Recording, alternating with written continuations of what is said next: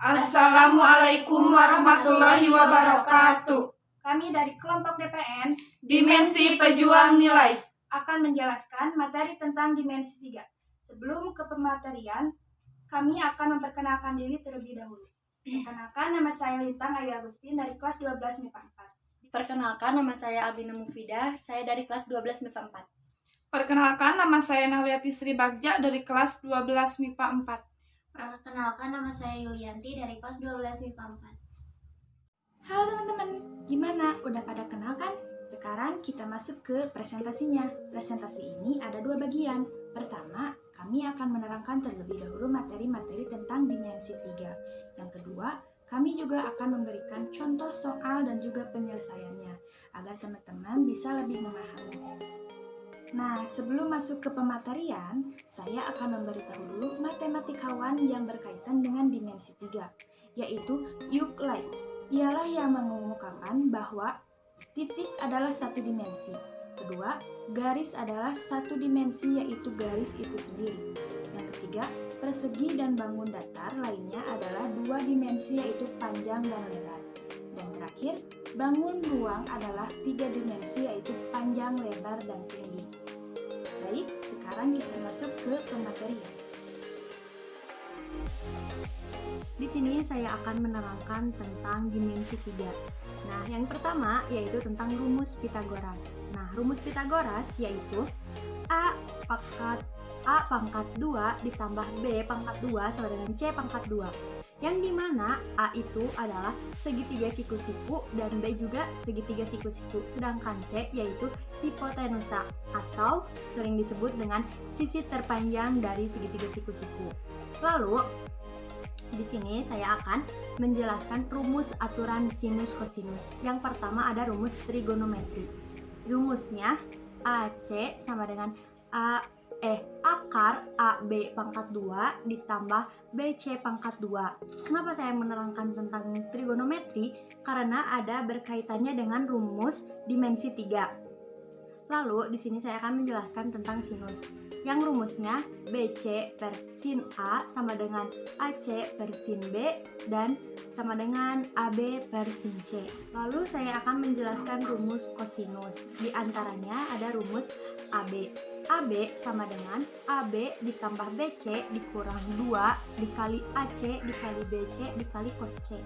Untuk AC sama dengan rumusnya AB ditambah BC dikurang 2 dikali AB dikali BC dikali cos B. Nah, untuk BC yaitu AB ditambah AC dikurang 2 dikali AB dikali cos A. Lalu saya akan menerangkan tentang dimensi 3. Nah, pengertian dimensi 3 yaitu adalah bentuk dari benda yang memiliki panjang, lebar, dan tinggi. Istilah ini biasanya digunakan dalam bidang seni, animasi, komputer, dan matematika. Setiap bangun dari 3 dimensi memiliki kapasitasnya sendiri, disebut juga dengan volume. Macam-macam ruang. Di sini saya akan menerangkan kubus dan balok. Di antaranya kubus, volume kubus yaitu V. Nah, untuk rumusnya yaitu S kali S kali S sama dengan S pangkat 3. Nah, untuk luas permukaan kubusnya yaitu L. Rumusnya dengan 6 dikali S pangkat 2. Lalu untuk balok, volume baloknya yaitu V.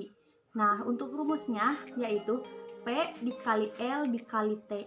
Lalu untuk luas permukaan balok yaitu L, yang rumusnya 2 dikali penjumlahan luas sisi. Selanjutnya akan diteruskan oleh Nahliati. Di sini saya akan memperkenalkan gambar kubus dan balok. Yang pertama saya akan memperkenalkan gambar kubus. Ini yang dinamakan gambar kubus. Dan yang kedua di sini ada gambar balok. Ini gambarnya. Di sini saya akan menunjukkan titik-titik kubus dan balok.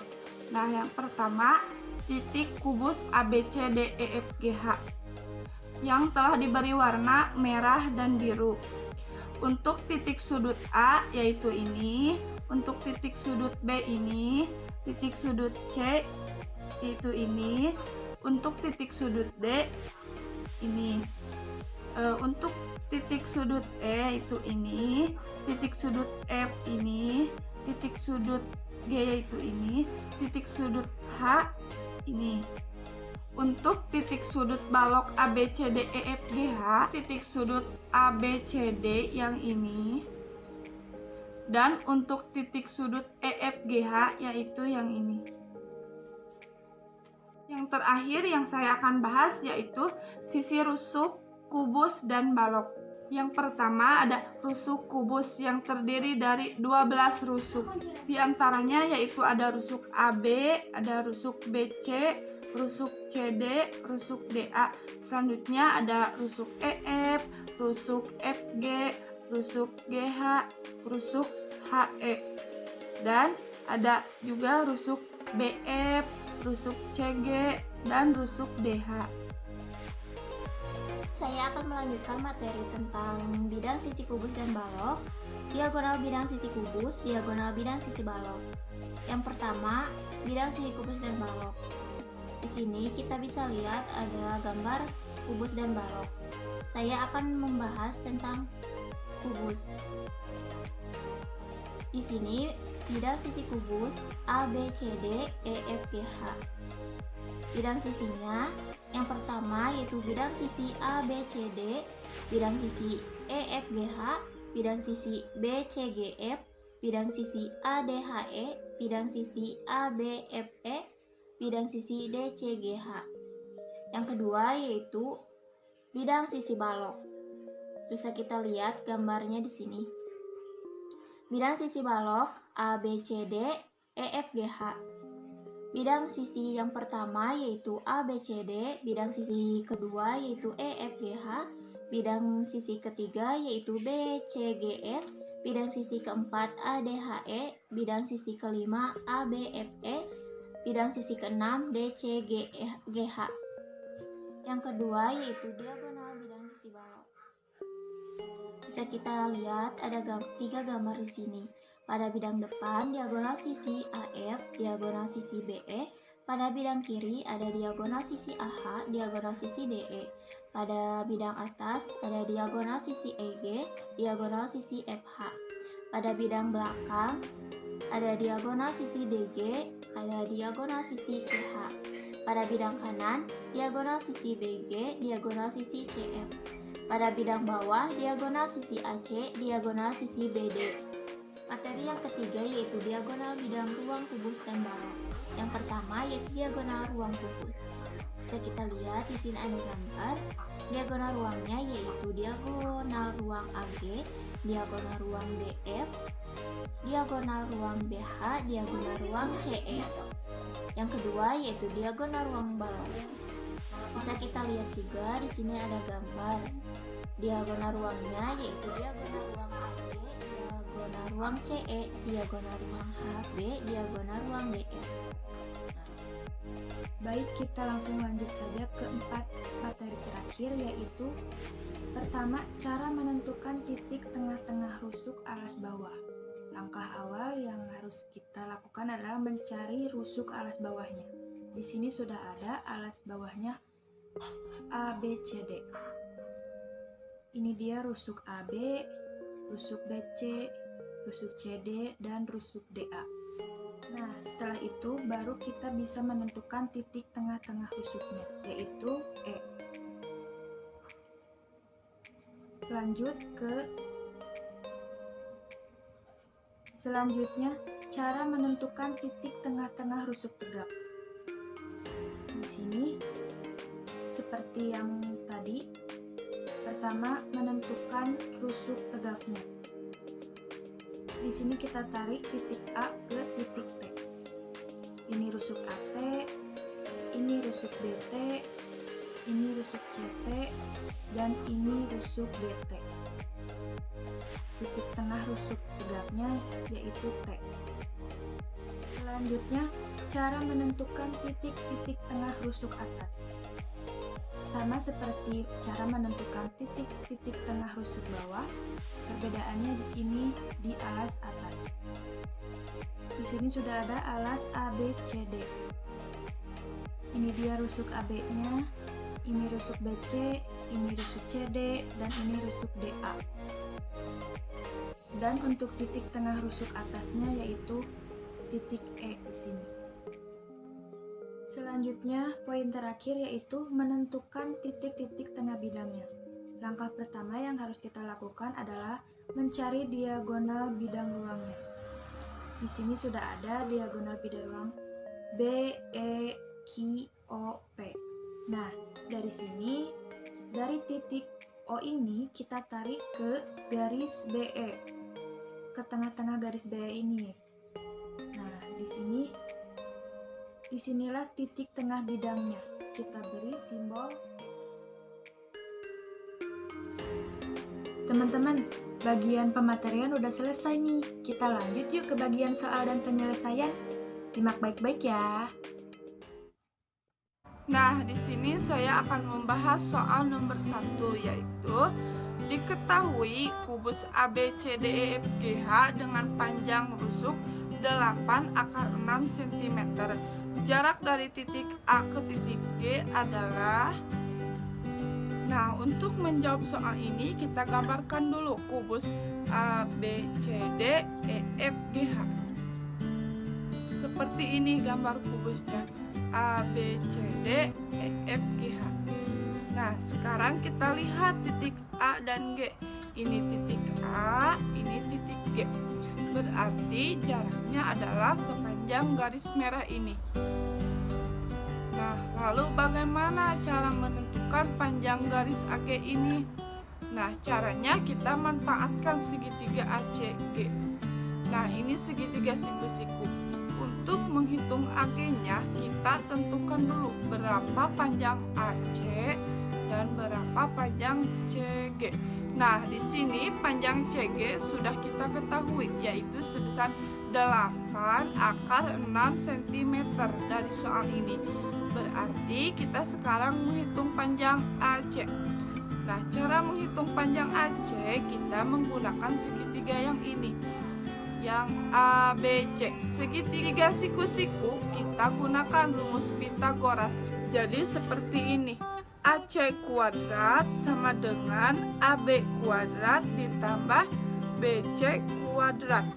Nah, B sama BC itu sama dengan 8 akar 6 cm. Nanti AC kuadrat sama dengan 8 akar 6 kuadrat ditambah 8 akar 6 kuadrat. Kalau dijumlahkan hasilnya AC kuadrat sama dengan 2 dikali 8 akar 6 kuadrat. Jadi yang ini kan 1, ini juga 1. Jadi 1 ditambah 1 sama dengan 2. Kalau yang 8 akar 6 tinggal ngikutin aja. Kalau sudah seperti ini, kita bisa langsung menghitung panjang AG. Nah, gunakan rumus Pitagoras lagi. Jadi seperti ini. AG kuadrat sama dengan AC kuadrat ditambah CG kuadrat. Nah, C yang ini, CG yang ini. Nah, C-nya ini dan CG ini. Jadi nanti hasilnya seperti ini. AG kuadrat sama dengan 8 akar 6 kuadrat ditambah 8 akar 6 kuadrat. Nah, cara menghitung ini AG kuadrat sama dengan, nah ini 2 ditambah 1 jadi 3. Yang 8 akar 6 kuadrat itu ngikutin. Nah, selanjutnya untuk menghitung AG kita hilangkan kuadrat.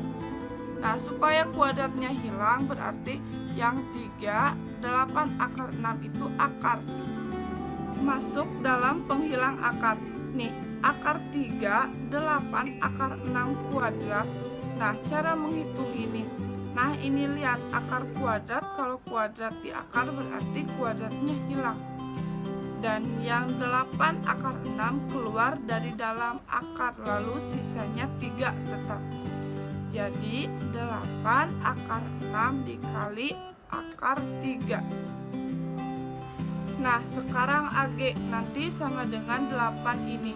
Akar sama akar jadi disatukan 6 dikali 3. 8 akar 6 dikali 3 hasilnya 8 akar 18.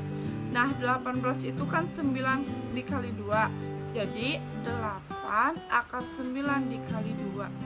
Nah, berarti ini hasilnya AG sama dengan 8. Nah, sekarang akar 9 adalah 3. 2-nya tetap akar 2. Jadi AG sama dengan 8 dikali 3 sama dengan 24. Akar 2-nya tetap, jadi panjang AG atau jarak titik A ke G itu sebesar 24 akar 2 cm. Halo teman-teman, di sini saya akan menjelaskan soal bagian nomor 2. Bisa dilihat gambar kubusnya. Ya, soalnya yaitu menentukan jarak titik O ke garis AH. Nah, untuk AC yaitu 12 akar 2, untuk AO yaitu setengah kali 12 akar 2, untuk AO yaitu 6 akar 2, untuk AH sama dengan 12 akar 2. Nah, cara penyelesaiannya yaitu menggunakan rumus trigonometri. Nah, untuk menyelesaikan soal yang ini yaitu OH. Kenapa OH? Karena yang dicarikannya menentukan jarak titik O ke garis AH. Jadi kita rumusnya menggunakan OH sama dengan akar AH pangkat 2 dikurang OA pangkat 2. Nah, yaitu akar 12 akar 2 pangkat 2 dikurang 6 akar 2 pangkat 2. Yang dimana hasilnya yaitu 288 dikurang 72. Jadi akar 288 dikurangi 72. Jadi hasilnya yaitu akar 288 dikurangi 72. Yang dimana hasilnya menjadi akar 216 dan disederhanakan menjadi 6 akar 6. Nah, untuk luas segitiganya yaitu setengah dikali AO dikali OH sama dengan setengah dikali AH dikali OP, dan menjadi 6 akar 2 dikali 6 akar 6 sama dengan 12 akar 2 dikali OP, dan menjadi 3 akar 6 sama dengan OP. Tentukan jarak bidang BOG ke garis FH. Di sini kita gambarkan garis FH. Bidang DG ini bisa diwakilkan dengan garis GP. Dengan bantuan diagonal sisi, maka kita bisa memperoleh segitiga. Nah, di sini segitiga PHQ adalah segitiga siku-siku. Nah, maka bisa kita sketsa seperti ini. Bisa dikatakan jarak antara bidang BDG ke garis PH sama dengan QT. Mari kita hitung satu persatu. PQ sama dengan panjang rusuk. Jadi kita tahu ini panjangnya 12 cm. QG itu adalah setengah kali diagonal sisi.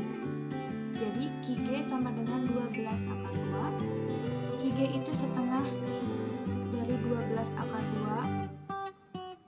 2 sama dengan 6 akar 2. Maka QG itu 6 akar 2.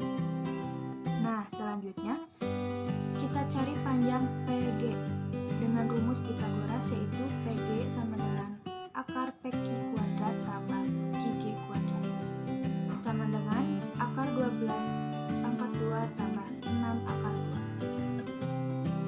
2. Akar 144 tambah 72 sama dengan akar 216. Akar 216 sama dengan 6 akar 6.